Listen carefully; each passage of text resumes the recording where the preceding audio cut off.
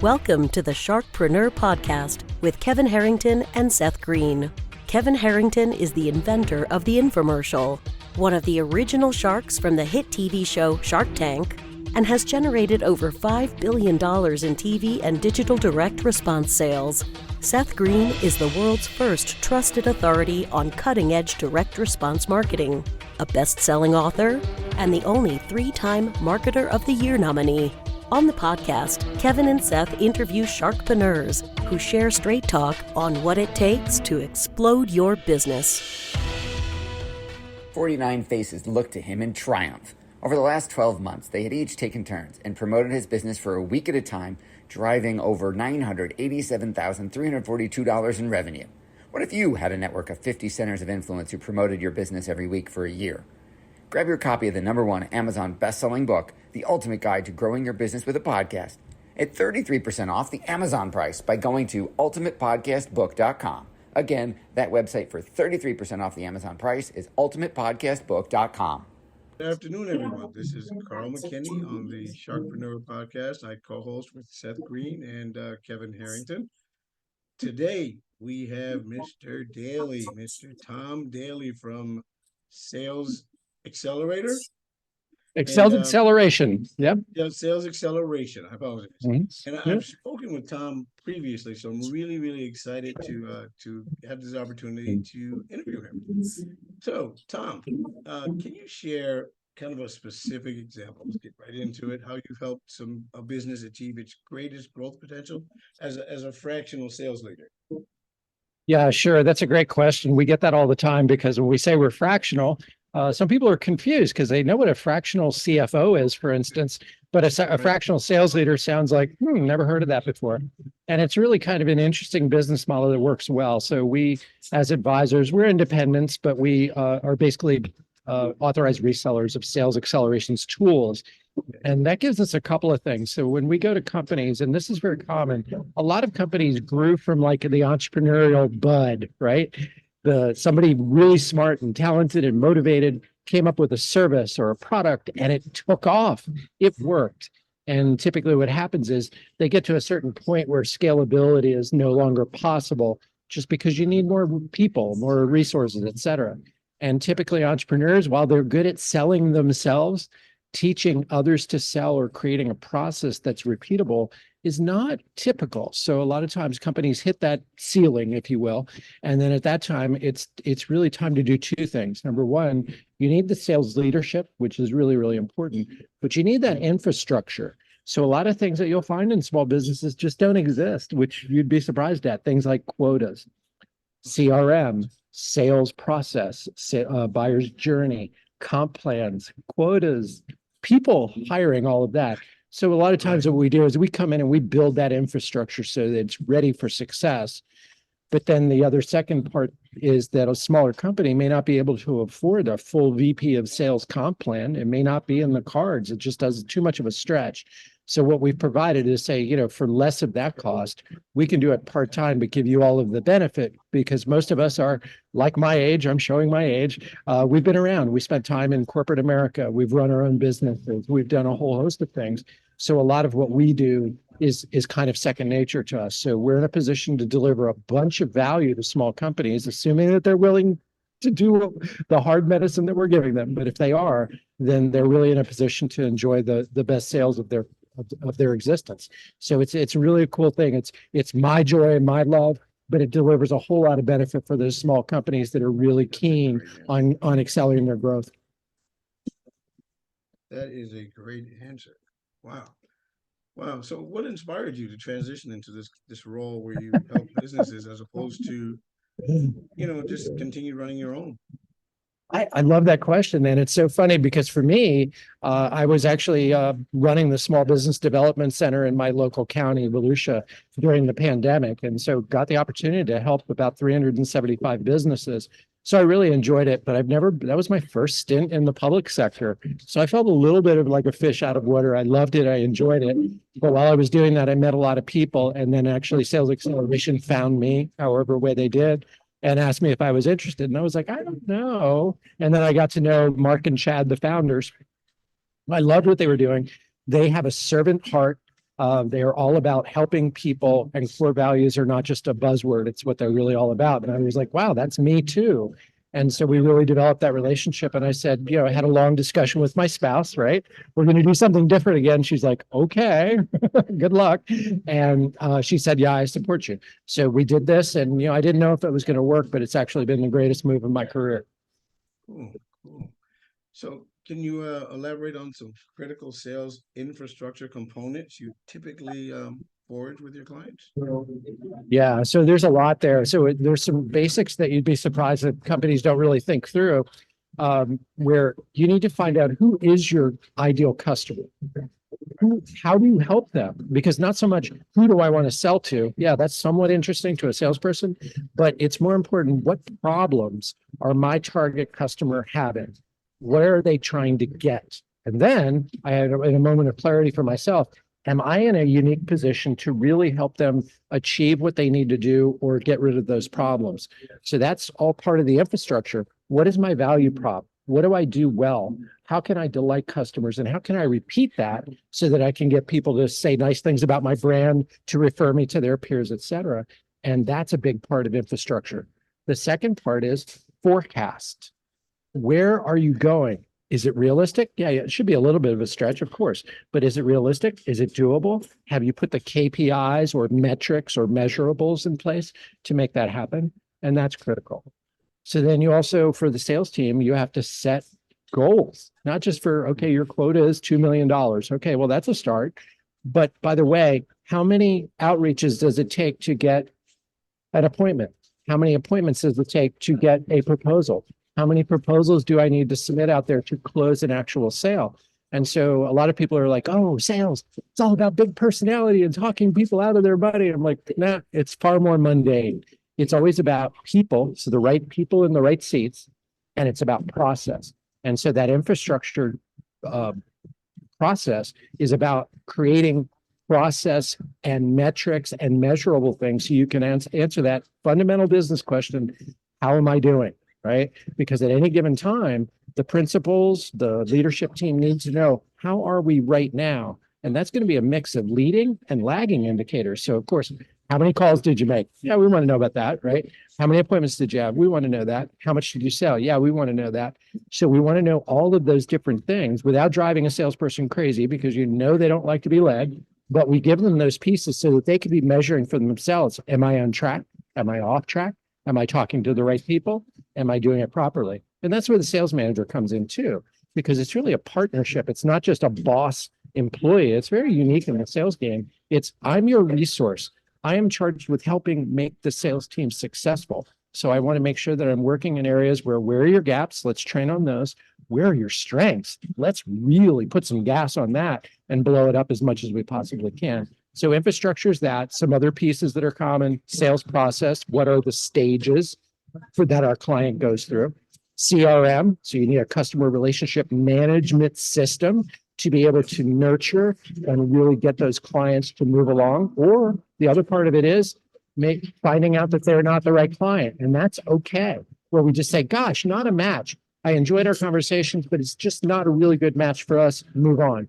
And CRM enables you to do that and say, we're not making traction. We're not going forward, or we are.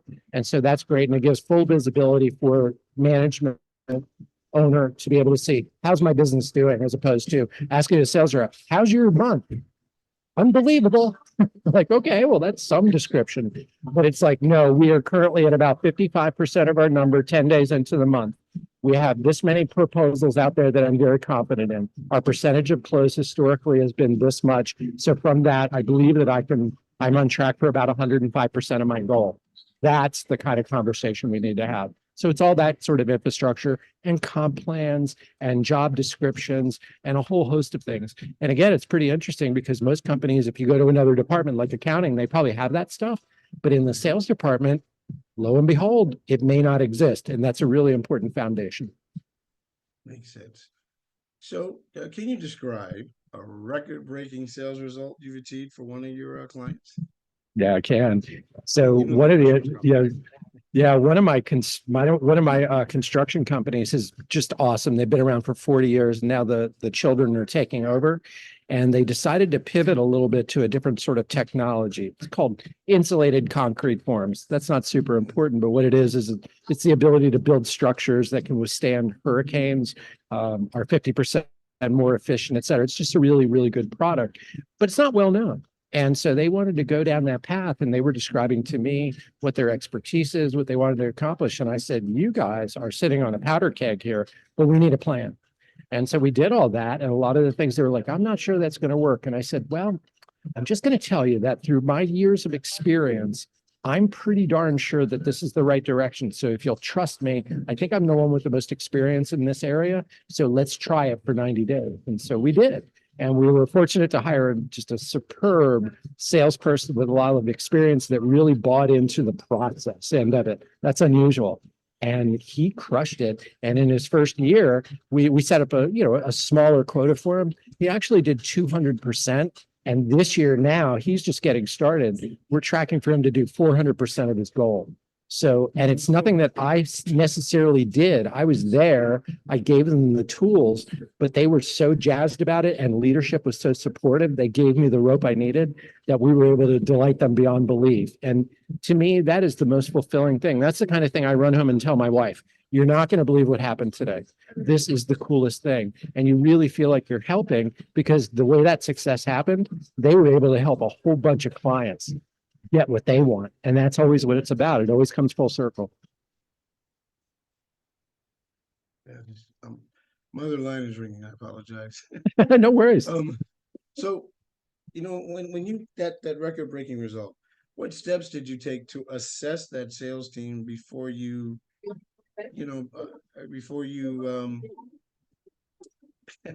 started them up, before you got involved? You have to assess and see where they are. Do you have like a format that you use? I do. And the other thing that if I'm able to use it, I'm a big fan of EOS, Entrepreneurial Operating System. Okay. And fortunately, I would say, except for one of my clients, they all run on EOS just coincidentally, but I like the program. And the reason you and I have mentioned about this previously, the reason EOS, it's good, but it's not that it's just so amazing that nobody could invent it. It's so simple, it's brilliant. And what it does is two things. It creates a quarterly cadence. So you set goals for the quarter, and you're evaluating them weekly in your L10 or level 10 meeting to check those metrics. Are we on track, off track? Are we making progress on our rocks or our obligations for the quarter or not? And we're having those conversations. And if we're not, it gives us a chance to pivot, maybe have some spirited discussion about why we're not getting done what we need to do. That's all part of it.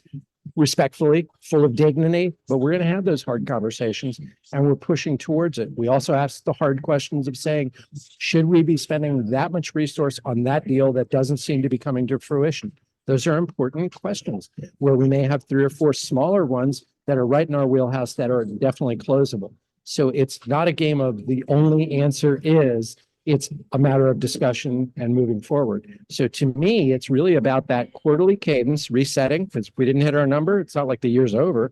We're just going to do things differently, setting the right metrics, leading people in a way that inspires, doesn't feel oppressive, and to measure those metrics on a weekly basis in real time. The other thing for salespeople is for sales managers to be effective. We do a lot of things like this, like you and I are talking on video calls. I do a ton of that, and we do sales meetings. But the best part is when the sales manager is in the car or in the office with the sales rep, where they're both working together, evaluating each other, making sure that we're there, and then coaching for excellence. And that's key to sales success. Without it, I know I couldn't have been the salesperson I am today, without some really awesome people that took the time and the patience to sit with me, watch what I'm doing, tell me not what I wanted to hear, but what I needed to hear. And so that's my goal. And that's really important. That's right.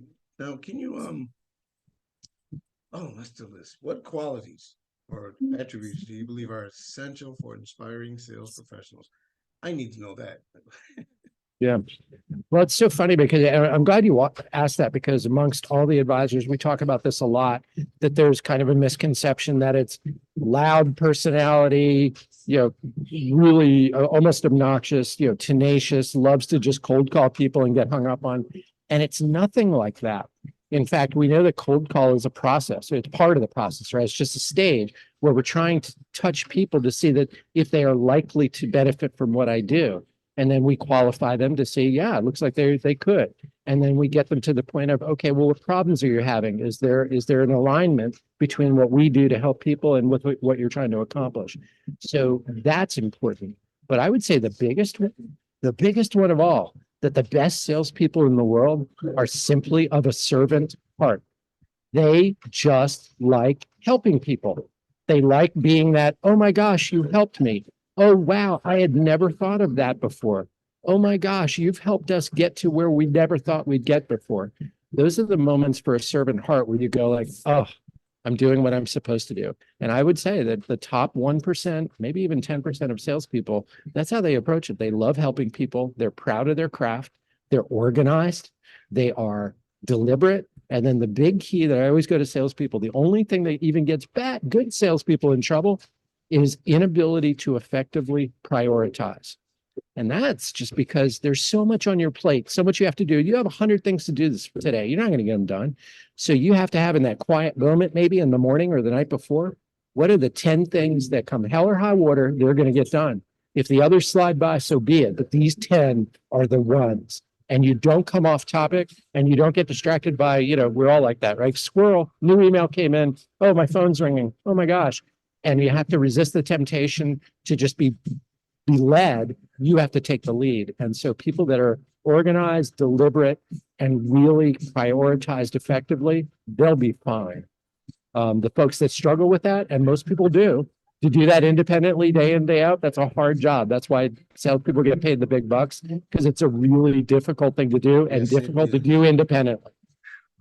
Yes, it is. I will agree with that. Yep. So how do you ensure that your efforts will have a long-term sustainable impact on their revenue growth? That's a good point. So that infrastructure piece with it, we give them all of the tools that are then scalable. So if it's $1 million company that one day aspires to be 10 million, we create all of the infrastructure components that are completely scalable. So even as we leave, and we always say we try to work ourselves out of a job. I'm not there to be a W-2 employee and be there forever. I'm for a specific period of time so that they can get where they need. And then hopefully we can hire them a sales manager. But all those tools we created for them are completely scalable and modifiable. CRM is a must, as you and I always talk about, because that enables us to do two things: accumulate all the data we need, but also be able to sort it and access it in an intelligent and fast manner. That's super important. And then the last thing I would say, it's a little bit on the modern side, but a lot of the AI tools now, people are familiar with ChatGPT for creating content and just kind of having some fun with it. And it's terribly useful. I use it every day. But now there are more specific AI tools that are out there. They're basically taking the traditional tools like a CRM, but being able to add an element of intel into it so that we can be even more laser focused on the clients that we need to do. So that's very scalable. So that's going to happen over time. The other thing is just stay the course. What ends up happening, and again, I love entrepreneurs. They're my favorite people. But entrepreneurs are after the next shiny thing, right? They're like, ooh, got a new idea. And they can see around corners like the rest of us can't. But because of their proclivity, they have it said, let's try this. Oh, let's not do that. And I always say, hey, Mr. Walt Disney, you stay over there and come up with some great ideas. I'm Roy Disney.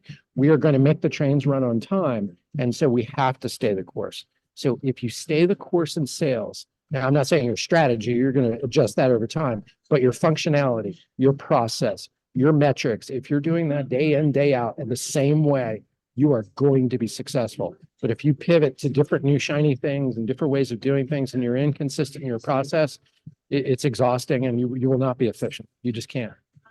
Unless you're smarter than me. Maybe you can do it. Right, it makes all the sense in the world. Can you share a case study or a success story from your experience as a fractional sales leader? Yeah, sure.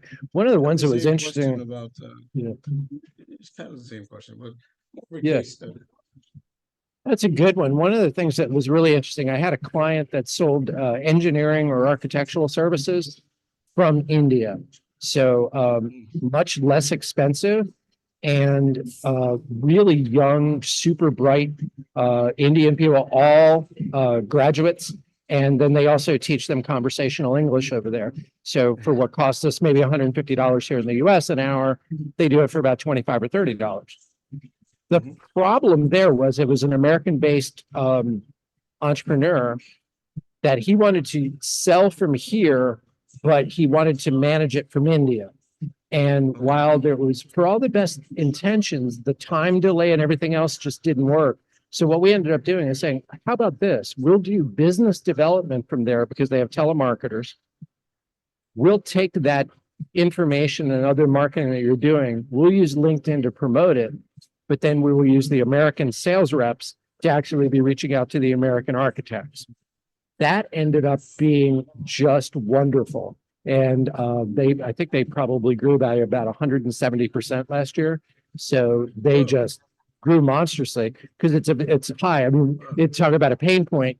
The hardest thing for engineers and architects are to get new engineers and architects at a reasonable price. So most all of them, when you meet them, they're all like their hair is on fire. They're like so exhausted. So they have so much more business that they can't handle. And so this particular solution gives them capacity without having to hire people. And so just really great. So it was being able to articulate it. So that was a really great success story. But we also found out trying to sell from India with a bit of a language difference does not work as well in some of the high growth areas like Texas and Florida. So we just had to pivot a little bit and it launched. And so, just trying to skin the cat a different way. Okay. Now, given all your success, what's your biggest challenge right now? Biggest challenge. That's a great question because I'm not feeling a challenge right now. I think that the biggest challenge for me and always will be, because really at my age, I am living my best professional life. And this is the story I tell. When I was 25 years old, I was that hotshot sales rep, just doing my thing out there. And I was really the smartest person in the room. You could just ask me and I'll tell you how smart I am. There was no reason for me to really doubt what I was doing. And a funny thing happened as I got older and actually smarter is I realized I don't know anything. So I don't know about you, Karl, but when I come into the office and I'm always working on new technologies, new situations, I'm like, holy moly, I've got so much to learn. And now I actually celebrate it and say the biggest challenge is being able to, because I like to consume a lot of books, ideas, meet really other smart people that challenge my way of thinking. And my challenge is being able to cram all of that in a way that is most helpful to my clients because there's only so many hours in the day. And so that is tough. And I struggle with that every day. I think I'll always struggle with that because I'm always trying to be a little bit better, but I don't know that I'll ever get really good at it. I'm just going to keep trying. Makes sense. So let me ask you this. Where can people go to learn more about you? Yeah, thanks. Perfect place to go is either to my LinkedIn page. So it's Tom Daly, Sales Xceleration, you'll find me. Or my website is like my company's name, really long. It's focusinsightsgroup.com. And so you can go there, but really it's just super simple. LinkedIn is the best place. LinkedIn, here's a little tidbit for you. I've used LinkedIn since 2000. I was a new guy. And so that's why you see in my URL, it says 4796. I'm the 4700th person to join LinkedIn. So it's just a fun fact. But what I say about that is it has brought me more business than any other thing in the world out there because it's about community, content, insights, and connections. And if you do that with a servant heart, with sincerity, and you really want to help other people and just learn, you'll be great. So I would say LinkedIn is a great place to meet me because that's where all my friends are. Are we connected on LinkedIn? We better be. If we're not, I'm going to make it happen. I'm doing it right now. Awesome. So, Tom, listen, thank you for this brief 25 minutes. It was great. Thank you. My audience is going to love this. And again, I'm really glad that you I remember our sales call, and yeah, so I'm really gave me the opportunity here. Awesome. To my audience, this is Karl McKinnie, co-hosting the Sharkpreneur podcast with Kevin Harrington and Seth Green. We will see you and talk to you the next time. Why do so many businesses struggle while others seem to explode overnight? Do you wish you had the secret to this type of exponential growth? Now, I've scaled more than 20 businesses to over $100 million, and it's not just luck. In my new book with Mark Tim, Mentor to Millions, you'll learn the repeatable framework I use in all my business ventures for massive success. Order at kevinmentor.com and get over $1,000 in bonuses. Head to kevinmentor.com.